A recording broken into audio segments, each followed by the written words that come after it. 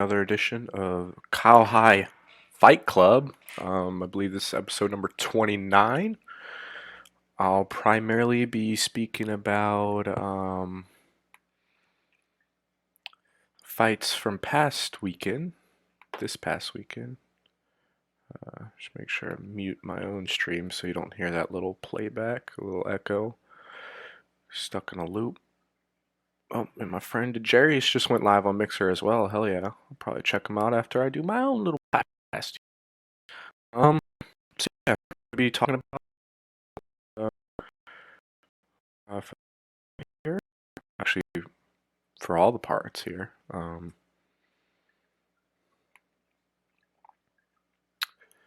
And yeah, close this little browser. Actually, I'll keep it open so it looks like someone's actually watching, but no one is. But yeah, let's get in the fights. Pretty good night of fights. Again, this was this past Saturday down in Jacksonville. It was May 16th. So it'll be the first or the last night of fights for a while. The next fights aren't until May 30th. They don't even have a location set. There's no main event. There's no prelim, so who knows if that card's actually going to come together. But then I believe UFC 250 is the next weekend. And I know they, or at least I thought they have opponents lined up, like Nunes and Felicia Spencer. Yeah. Cody Garbrandt, Rafael Sansal, Ian Heinisch, Gerald Mershot, Jussier Formiga. So I got a couple fights in there. Looks like about 6 fights booked. I'm sure they'll get more between then and now. Who knows if the fight night's gonna happen May 30th. I think just how, they just did fucking 3 events in 8 days. I doubt they've been scrambling to match make on these next fights. They don't even have a location for these next fights. So, and all different states are still opening up and things like that. So, we're just gonna have to stick around and see as viewers and see what the fuck they do. But as far as this past weekend fights, it was a good night of fights. A lot of them ended in decisions. But it was still a good night of fights. And I do have to do a little disclaimer here. I was playing video games, Xbox with some homies while watching these fights, so my attention span wasn't higher, 100% directed toward a lot of these bouts actually. But I'm gonna talk about them anyways. And I'm gonna start from the bottom up. So the first prelim all the way till the end of the main event. So you got to stick around if you want to listen to the main event, you fucks. First fight I did not see at all. It was between Rodrigo Nascimento versus Dontel Mays. Rodrigo won in the second round, 2 minutes and 5 seconds in with a rear naked choke. Still undefeated at 8-0. I believe that was his UFC debut. And he went out there and got the dub. I don't know who Dontel Mays is, so I wonder if that was his UFC debut too. Depending on my internet stream or speed while streaming, we'll see if I can find that out right quick. Okay, so Rodrigo trains at American Top Team, who got the win. Okay, so he's on Dana White's Contender Series back in July of last year, 2019. Got a sub win in the first round, and then came out here and got a sub win. Oh, he's got a bunch of submission wins. Most of his wins are by submission. See, he's 8-0, and he's finished all his fights, 6 of them by submission. And that's heavyweight, so this guy's he's gonna make some splash in the heavyweight division just by submitting people. Definitely get some fights and work his way up the ladder. Dontel Mays out of Jackson Wink. That was not his debut, but it was his second fight in the octagon. He was also a Contender Series guy, won first round knockout with a second left. in the first round. And then his 2 UFC fights, he's lost by submission. So he clearly needs to work on his submission game or submission defense if he wants to stick around the UFC. Rodrigo, even though, like I said, I didn't really see the fight, but if the guy's finished all his fights and he, finished this guy by submission, he's a submission specialist, Brazilian. So, yeah. Heavyweight, even though there's a lot of, I said this last episode, heavyweight division is, kind of slim, but the good thing is there's a lot of young guys up and coming. They might not be at the top tier levels yet, but they're on the, if they were in any other division, they'd be on definitely outside the top 15 and, kind of battling to get a ranking or at least, fighting like the entry level guys so they can fight a guy to get a ranking. But in the heavyweight division, it's so like I don't even know who's ranked in the heavyweight in the top 10. Like who rounds out the top 15? Because I can probably only name 5 to 10 guys in the heavyweight division overall, and I'd say half of them probably aren't even ranked. They're just young up and coming guys that I've seen. Kind of watch out for as they get better. Let's look at these heavyweight rankings real quick. Obviously, you got Stipe, it's the champ. DC 1, Francis 2, Curtis Blades 3, JDS 4, Derek Lewis, the Black Beast 5, Jairzinho Rosenstrike 6, Volkov 7, Overeem 8, Walt Harris 9, Alexei Olenek 10, Shamil Abdurkimov 11. I mean, I know who he is, but I mean, he's barely fought. He's already 11. Blagoy 12. Augusto Sakai. That guy's barely fought, and he's 13. Sergey Pavlovich, don't know who that is. And then fucking Fabricio Verdum lost versus Olenek. Got fucked up. He was unranked, and now he's 15. So, yeah, Blagoy deserves to be in the top 15 for sure. I think he deserves top 10. He deserves a top 10 opponent. I think he's legit. He's got some of the best wrestling in the UFC. If I was gonna say heavyweight division, but you got DC in there and Stipe in there. He's the best. I think I could say comfortable doing this. He might, maybe besides Verdum. Verdum's old now. Blagoy might have the best wrestling, or he might be the best wrestler outside of the United States in the heavyweight division. I mean, who else above him? Blades would be. I don't know if he's better, but he's American. DC's American. Stipe is American, and those are all the top wrestlers currently. Walt Harris American. Maybe Overeem, but Overeem's more of a kickboxer background. Obviously he has wrestling and jiu-jitsu because he's been fighting so long, but yeah, it just goes to show, Verdum lost. He hadn't fought in 2 years, and he loses, and now he's ranked. He's ranked just because of his name. So that just goes to show how these MMA journalists are fucking ranking people. They're just fucking putting people that they know. It's stupid. Is what it is. But that was just the first fight that I didn't even watch, so. Next fight was between Courtney Casey and Mara Romero Borella. I love her name. She's very cute. Casey's pretty cute as well. They both have some, pretty bad records. Courtney Casey was 8-7 coming to this fight. She won by armbar in the first round, 3 minutes and 36 seconds in. So she's now 9-7. And Mara Romero Borella falls to 12-8.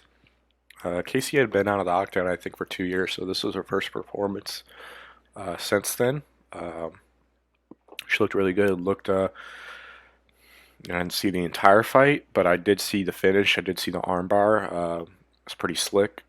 And she was kind of setting it up. Not the whole time she's on the back, but you could see her kind of, rotate. I think she was in full guard on Mara Romero Borella. Mara was on top. Casey was on bottom. and you could see her working her legs up towards her shoulders, towards her head. If you've never done jiu-jitsu, or if you have done jiu-jitsu, then you already know. If you're in a guard position, or at least if you're in full guard, pretty much the only way to attack is you got to start climbing your legs up your opponent's back up towards their shoulders. If you're going to get an armbar or a triangle choke off your back, or even omoplatas,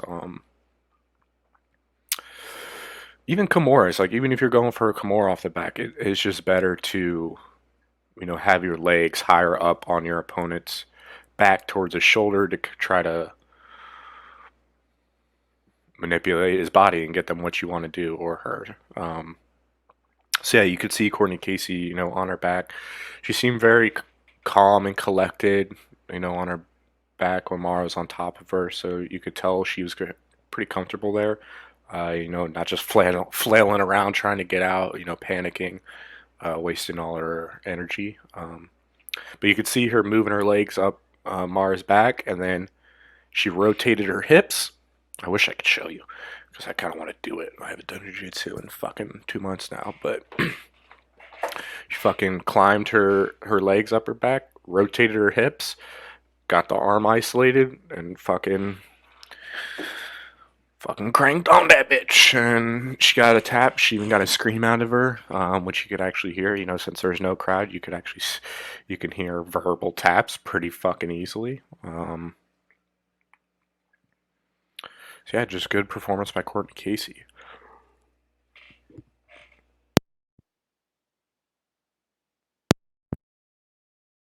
Massive Bert, you're welcome for going on mute. Um, Next fight was between Darren Elkins and Nate Landwehr. Where? I've never seen this Nate Landwehr kid fight before, but he looked good, and he looked like a tough son of a bitch. Darren Elkins, um, veteran through and through, UFC Octagon warrior. Been around the block. He's fought everybody you could think of, and he's just like a legit guy. So the fact that this Nate Landwehr kid beat Darren Elkins in only his second UFC fight, that's pretty damn impressive. And yeah, let's see. He made his debut versus Herbert Burns, which is Gilbert Burns' little brother. Just nasty jiu-jitsu. He got knocked out by him in the first round in his debut, but came back and he fought fucking Herbert Burns and then Darren Elkins, your first UFC fights. Like, god damn, like give him a warm up, guys. Like, what the fuck? But he did come from M1 Challenge, which I guess is a fucking another regional organization. He was a champ there. Uh, he won 3 title fights there and had a nice winning streak coming in the UFC, so they wanted to test him. Got knocked out in his debut, but came back, beat Elkins here pretty decisively too. He just tough son of a bitch, took a lot of damage, but still kept pushing forward. Judges had it 27-30, 27-30. Well, I guess I should say 30-27. 2 judges had it 30-27 for Nate. And the third one had it 29-28, and he got the unanimous decision. It was a good fight to watch. This next fight between Giga Chikadze and Erwin Rivera. Yeah, I wonder I don't know. I don't remember what the betting odds were in this fight, but I didn't bet on any of these fights just because I've been doing terrible betting on these fights. I've been too emotional, letting who I think is going to win based off emotions or I don't know, man. I don't know. I'm not even basing bets off emotions. I don't know. I just haven't been betting well in these fights. But I knew this motherfucker would win. I've seen him fight before, and he's legit. His stand up is fucking. It's very exciting to watch, and it's very effective. As you saw in this fight, he just kind of picked Erwin Rivera apart for all 3 rounds. All 3 judges scored in his favor 30-27, 30-27, and 30-26. So one judge gave him a 10-8 round there. I'm not sure which one. That's something I can look up, though. Because I got it saved in the tab on Kyle High Club folder. MMADecisions.com. Is a pretty good website that I ran across before. You can go through literally, I have it pulled up here if you're watching the video. You can go through, like here, got it. It will tell you, like, the fights that were scored. We'll have all, I can't talk, I'm sorry. But, like, here is the last fights we had. There was Overeem versus Harris and all the judges' decisions. Obviously, if the fight went to, or a fighter finished somebody, it didn't go to a judge's decision, so it's not here. So the fight between Overeem and Harris isn't here because Overeem finished Harris in was it first round, first or second round? How can I not remember? But yeah, it's pretty cool. You can see here, like, it will give the judge's name who scored it. So if you're like, what the fuck? How did the judge score at that? You can go and see who the fuck that idiot is. And then find out where he lives and protest him. No, please don't do that. I'm just kidding. I mainly just came here because I wanted to see what round this guy scored it.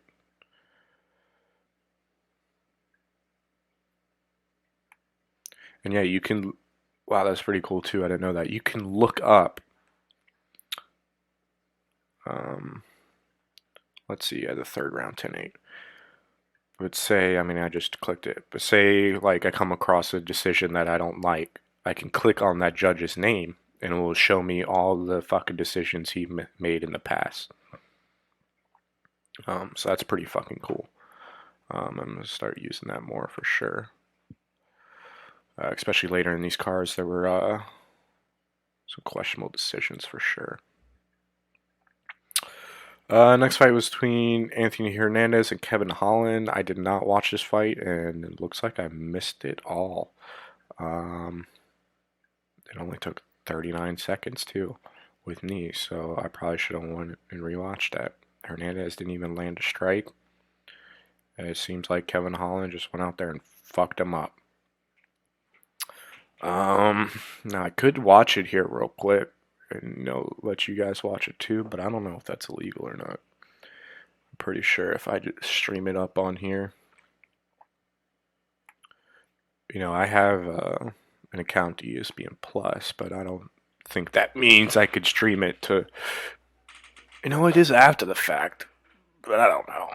They're very weird about the copyright issues, and I know nobody's really watching these, but I'm not trying to get sued either. I know nobody's looking for me to publish it and get sued, but it's a possibility. You never know. Or I could just say, fuck it. Let me see right quick. Let me see if I can just.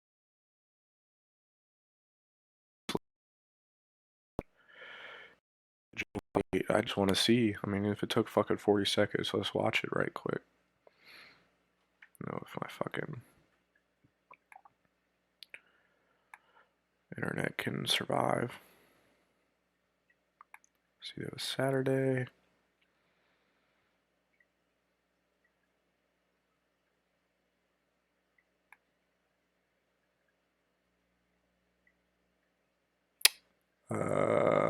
Come on. I know you're in there.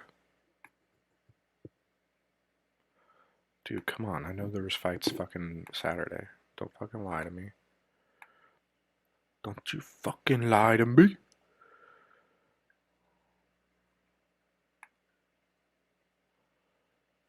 Nothing? What about Sunday? How is it not showing anything? I just want to see, like, I can't watch a replay of these fucks.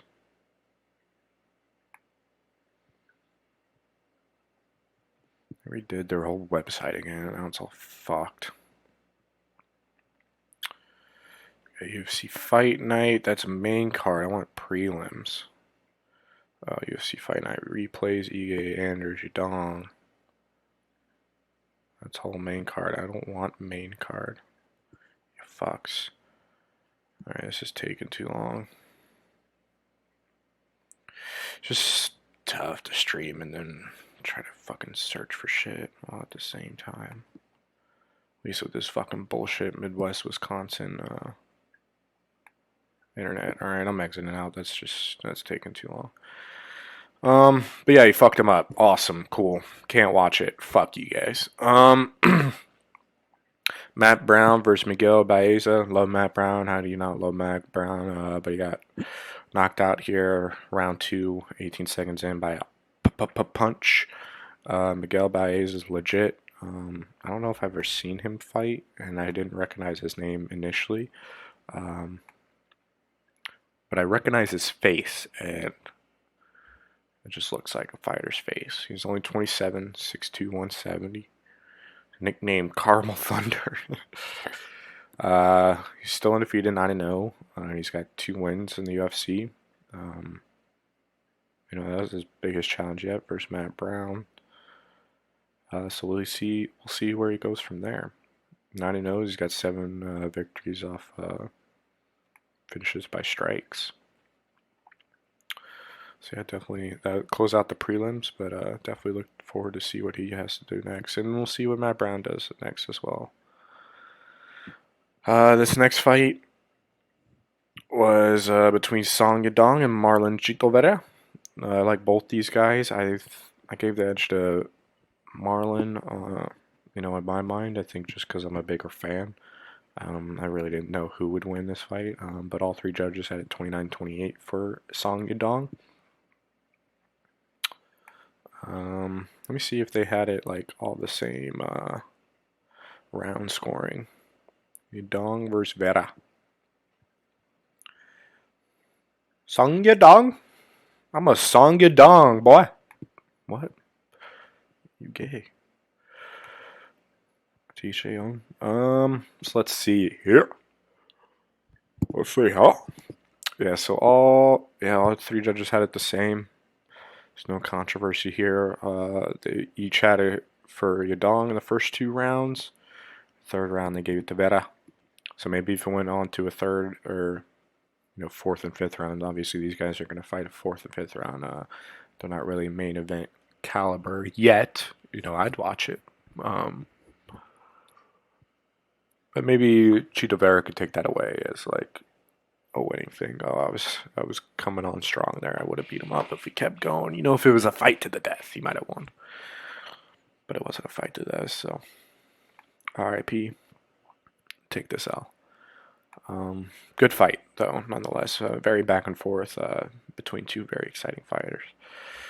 This next fight was also a pretty good fight. I like Eric Andrews just because former linebacker out of Alabama. I like seeing these kind of top tier athletes, especially from football, come over to MMA.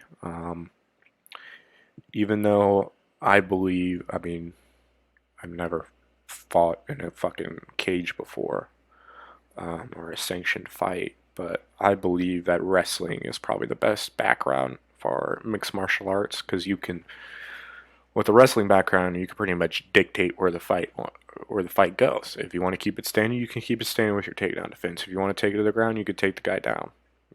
As long as you get past his takedown defense. Even with jiu-jitsu, I love jiu-jitsu because I do it myself. I've fallen in love with it. I'm obsessed with it. And we do takedowns at my school, but it's not entirely takedown focus. It's more focused on once you get to the ground, what to do, how to protect yourself, how to attack, how to get your opponent vulnerable. We do some takedowns and some like judo throws and things like that, but that's if we do an hour class, you might do 15 minutes of that. Which 15 minutes compounded over and over again is obviously a lot more than the average human being, but not enough to probably step in there in a fucking cage. Because you can't, if you have a jiu-jitsu background, yes, you'll be comfortable on the ground and probably off your back and on top and attacking submissions and, noticing where you can ground and pound. But you might not be able to take it to the ground if you want to get there, And it's not always good to pull a guard in a fight when a guy could punch you. So that's why I think wrestling is the best. And then I think football might be up there too. Besides having any, outside of any martial arts background or combat sports background, I think football would probably be the best as far as transitioning over to MMA, just because you got to keep your hips low. You, you know, there's a saying in football: the low man wins. Either that's a running back taking on a linebacker. If a running back gets lower, he might truck him. If a linebacker gets lower than the running back, he's going to tackle him. Same thing on these the line clashes between offensive and defensive line. Low man wins. Low man wins. That's what they say all the time. Um, so, keeping your hips low and getting low and just powering through somebody while their force is coming and contacting you at the same time. That's pretty. That's a good skill to acquire, and you acquire that pretty well from football. Just naturally, just from getting tackled or tackling people over and over again. So you can you might not have ever worked takedowns, but you've tackled people over and over again, and you might not have, specifically worked takedown defense, but if you've ever been tackled, it's basically takedown defense. You could stiff arm and shit like that or juke, but, you still will have to get your hips low and try to sprawl on people. Or at least you'll be aware of the same motions. Sprawling in MMA is basically, kind of an up down in football, except you get instead of hitting your chest to the ground in an up down, you hit on a sprawl, you get your hips to the ground to block an incoming takedown. As far as the fight itself, I haven't even talked about the fucking fight yet. It was a good fight to watch. Judges had it all unanimous decision for Christoph Jocko, 30-27, 29-28, 29-28. I didn't watch the entire fight in the entirety because, as I said before, I was playing games with friends, enjoying it myself, I love watching these fights. I love breaking them down. I love watching every second, making notes, tallying who I think won. But, I got a life to live too. I can't sit here I mean, I can. I literally can just sit here from fucking 5 till midnight and just watch fights and, detail and, you know, nitpick it and critique it. But, hey, what's up, Darius? I just saw the Sparks. Appreciate it, dude. I see you're streaming as well. Probably check you out in a little bit. Appreciate the lurk, my friend, as always. Lost my train of thought. Doesn't matter. Next fight. How far are we into the stream? 30 minutes. Nice. Next fight was between Dan Ige and Edson Barboza. I don't know why, but I thought Ige was 35 and he was coming up at 5:45. That was incorrect, and I may have stated that on the past podcast. I think it's just because he looks like a 35er. I thought he'd be small for 45, but that's what he's been fighting the whole time. Then Barboza is naturally, I don't know about naturally 55, or he probably walks around 170, maybe even 180, but normally fights at 155. Came down to 145 to face Ige here. It's a huge fight, for both these guys. I think Barboza's been on a losing skid here a little bit. He's nasty. He's always been nasty. He's always been, around top. He's always been kind of in the top 15, top 10. But once he gets to like that top 5, he'll either come across a wrestler like a Habib or I was gonna say Colby Covington, but that was Covington versus RDA. Might have just been Habib then. Habib or Kevin, or no, he fucked up Kevin Lee. I don't know, but it seems anytime he's like, oh, this is the next fight, and then you might get a title shot next, or you're a top 3 guy now if you win this. It seems he's kind of lost those, and he lost his past 3 fights. I don't think he lost the Paul Felder fight, but Felder got the decision in that one. And damn, he's at least lost 4 out of his past 5. Oh, and he lost the Kevin Lee fight, so my bad. Lost to Habib before that. So in his last 1, 2, 3, 4, 5, 6, he's 5-6 in his past 6. That's pretty bad. He fucked up Dan Hooker though. I was there in person when he fucked up Dan Hooker, finished him with a fucking body kick. It's fucking crazy. Then Gaethje knocked him out, and then he lost split decision versus Felder and Ige. Again, I thought he won that Felder fight, but I'm not mad at them giving the decision to Felder because I like Felder. He's a good commentator. Blah blah blah. Just out of non-fight reasons, I didn't mind it, even though I thought Barboza definitely won. I did not see this in fight entirely, but I like Dan Ige. I think I might have bet on him this fight. And he's on a fucking win streak right now. He's a solid dude. And he's beat some legit guys on uh, the way on gathering this winning streak. Yeah, he's got 6 wins in a row. You know, his last loss was versus Julio Arce. That was back in his UFC debut, though. So it's probably a bunch of nerves and stuff, and it was a unanimous decision. So it's not like he got knocked out or anything. But Ige is originally a Contender Series guy. Before that, fought in Titan FC, CFFC, LFC a little bit. But before that Arce loss, he also had another winning streak: 1, 2, 3, 4, 5, 6. So his last 12, he's 11-1, and overall he's 14-2. So solid guy. We'll see who he fights next. As I said, Barboza is legit.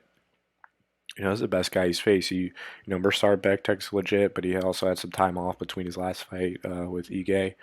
And Kevin Aguilar is pretty good as well, but he's not, top 15. Barboza's top 15 no matter what weight class he's in, even if they don't give him the ranking. So Ige deserves someone in that rankings in that 145 division. Let me see who they got here. Oh yeah, and he's already 15 there. They got him here now. Yeah, Sadiq Yusuf at 14. That would be a good fight. Ooh, I wouldn't mind seeing him fight Ryan Hall. I want to see Ryan Hall fight anybody. Nobody will fucking fight him. Arnold Allen would be a good fight. Aldo would be a good fight. I can't believe Aldo's 11. That's insane. That is insane, guys. How is Aldo 11? I guess there's a bunch of good guys in front of him. But he could fight Shane Burgos, Josh Emmett, Stevens just fought, Cater just fought. I don't like a guy here at the top 5. I don't think he's that good. I think he's just flashy and people love him. Kind of same thing with the Korean Zombie and Zabit. Zabit's good. Let me say it's Ortega, but I don't know. I like Calvin Cater above all of these guys above him. I like Calvin Cater over Frankie. I like Calvin Cater over Yair. I like Calvin Cater over Korean Zombie. I like Calvin Cater over Zabit in the 5 round. I probably got Ortega though. Versus Cater just because of his superior jiu-jitsu skills. But we'll see. We'll see who Dan Ige fights next. That's who I was actually originally talking about. But a pretty decent fight there.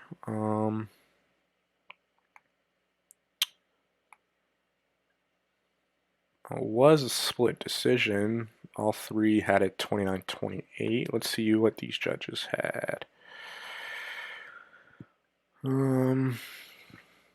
Derek Cleary had a 29-28. Ige.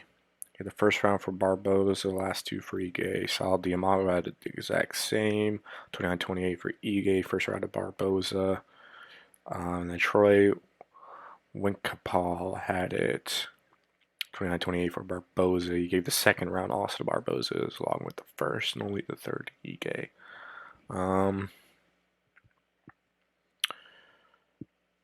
Seems most people, as far as media scores, gave to Barboza.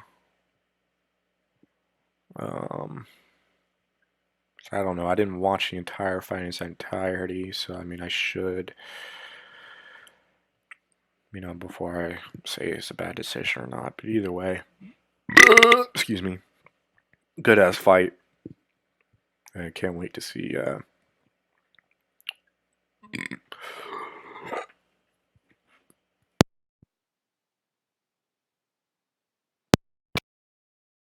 What these guys do. The next fight, co-main between Claudia Gadale and Angela Hill. Split decision here. I've already seen a bunch of controversy on Twitter about a lot of people saying they thought Angela Overkill Hill won that fight. Let's look at the decisions themselves.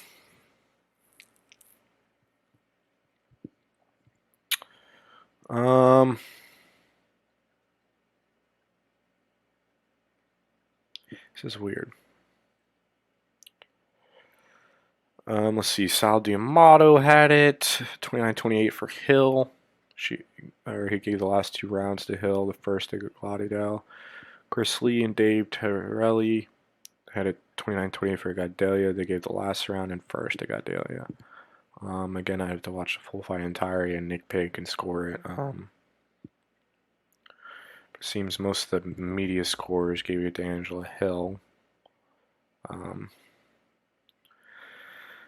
Who knows? As far as the stats go, same total strikes, about the same significance, same head.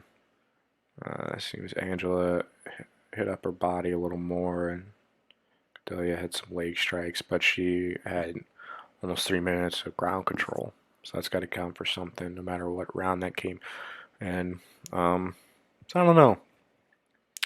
Was hoping Overkill Hill would get this W. No, she could crack that top 15 there in the women's strawweight division. It might have just been a little, she went to a split decision, so it was a close fight. She thought she won the fight, as you could tell if you. I remember watching her reaction to the fight. She was like, "What?"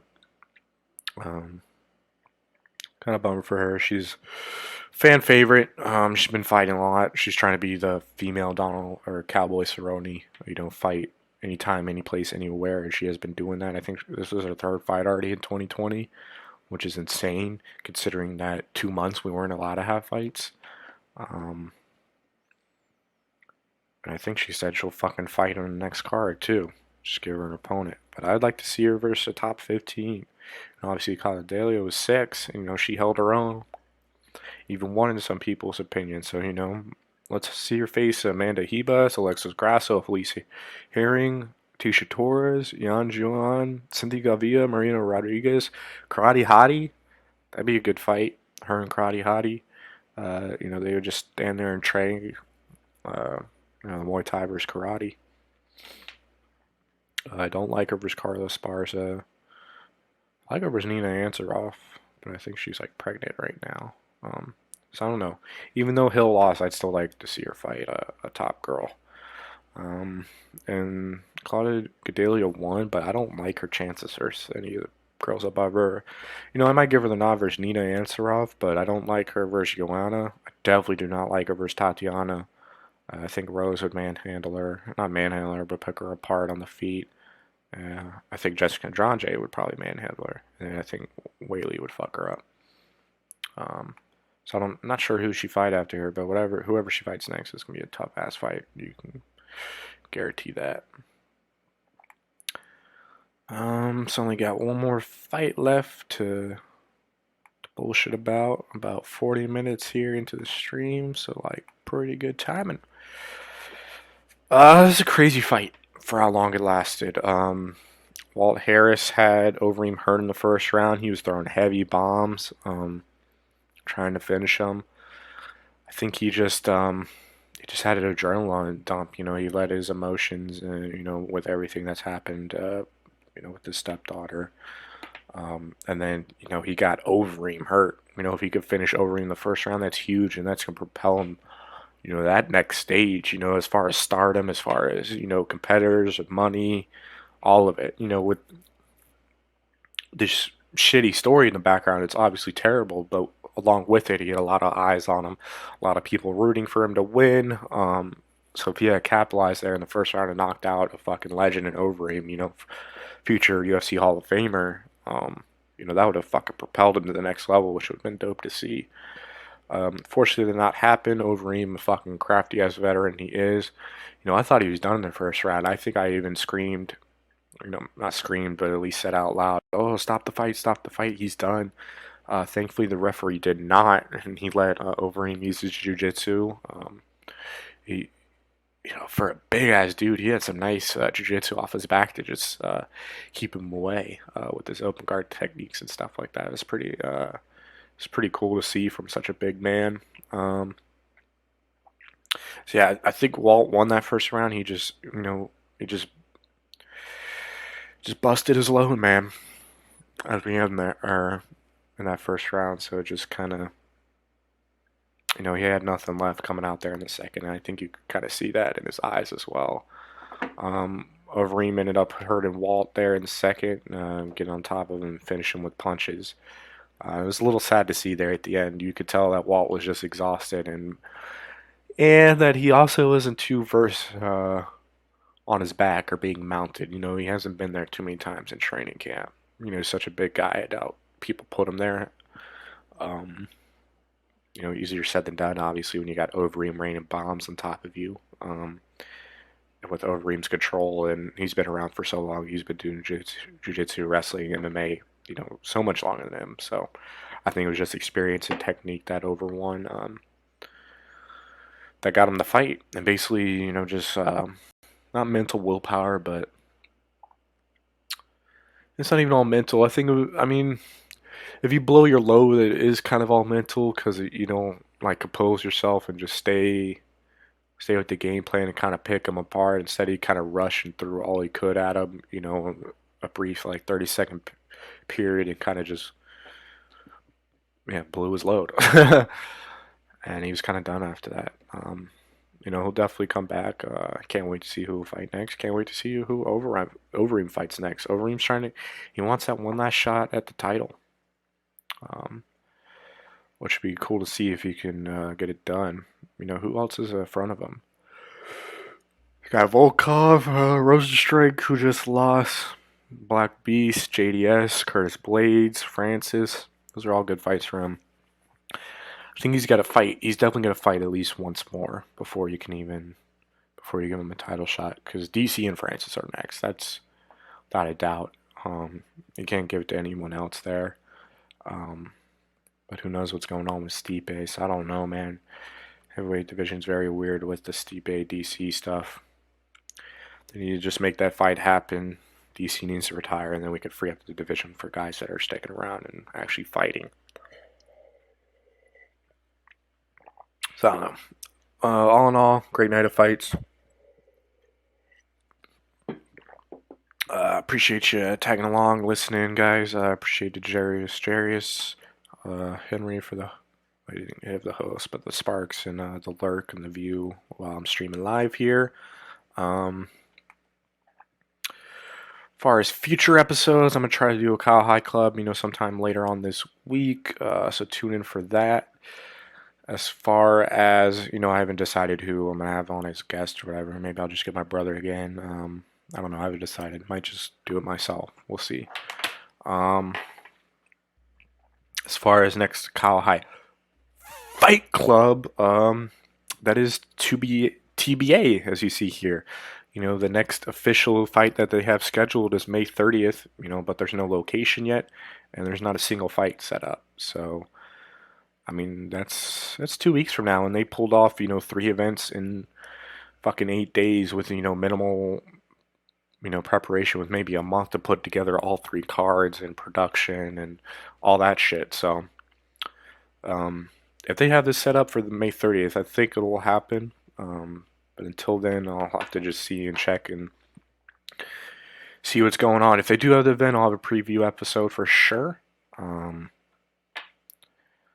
then maybe a post. I know for sure they're going to do this UFC 250, which is June 6th. I'll definitely have a preview for that, a preview and a post. It's a pay-per-view card. No main event yet, but they do have Amanda Nunes, Felicia Spencer, and I talked about this a little in the beginning, just kind of showed it. Cody Garbrandt, Rafael Sansa, that'd be a good fight. Charles Bud, Maki Pitolo, don't know those guys, but Ian Heinisch, Gerald Mershot, that's a good fight. Drew Samir Formiga, Alonzo Minifield, undefeated versus Devin Clark. And that's June 6th. I'll definitely have a preview for that, and we'll see what's happening with that May 30th card. Appreciate y'all for listening. Check out the website, kylehighclub.com. I got my ideas up there. I haven't been writing too much recently, just with all the things going on. I still got a job search, blah, blah, blah. Yeah, check out the website, kylehighclub.com. If you want my socials, my social medials, or if you care, Kyle High Club 420 on Instagram and Twitter. Personal is KCP757 on Twitter and Instagram as well. On my personal Instagram, I really don't do anything besides post pictures of my cat or if I'm traveling somewhere. So I haven't really, I obviously haven't traveled anywhere, so there's no new posts up there. The Kyle High Club Instagram and Twitter. The Twitter I use kind of to post these streams and stuff. The Instagram is to just let people I know about these episodes. And then I also have a gaming Instagram where I put my Xbox clips up there. I try to put at least a clip a day up there. I'm getting towards. Am I almost at 60 followers? I can't remember. But getting more and more followers each day. Getting more and more followers on here. Trying to work. I'm at like 28, I believe, right now. Trying to work my way to 50 and then up to 100. It's been pretty cool, kind of grinding along, trying to gain these viewers and followers and such. It's just like anything in life, man. It's repetition. It's hours into it. The more you do it, the better you'll get at it, and the better you get at it, the more people want to gravitate toward you and help you do it, or view along. And I relate to jiu-jitsu. It's just like anything new in life. It's gonna suck in the beginning. You're gonna suck at it. It's gonna be hard. It's gonna be challenging. It's gonna be a learning curve. But like I said, the more you do it, the more reps, the more hours you put into it, the better you get at it. You eventually will get your blue belt, brown belt, black belt, purple belt, blah blah blah. Um, Maybe one day I'll have my black belt in Kyle High Club. I mean, I already do because I'm just being myself. But maybe we'll get there with the viewership. Don't care if I do. Obviously, be nice and make some money off this by bullshit and just talking about things I like to talk about. Chilling with my homies, sparking joints, shooting the shit. Yeah, I don't know what I'm gonna talk about anymore. If you want to check these out, video episodes later on, they'll be on my YouTube channel, which is Kyle High Club. I also have some gaming clips up there a little bit and like full playthroughs of a couple video games. Nothing too much shows. I'm kind of trying to keep it to these Kyle High Club episodes, but we'll see. Appreciate for the support, guys. Love all of you. Uh, Whether you love me or not, or if you like me or not. If you don't like me, fuck you, but I still love you. Because I'll just say you motivate me, but you don't. I don't give a fuck. I'm going to do this either way, with or without you. With or without your hate, with or without your love, I'm doing this. So, fuck it, suck it, goodbye.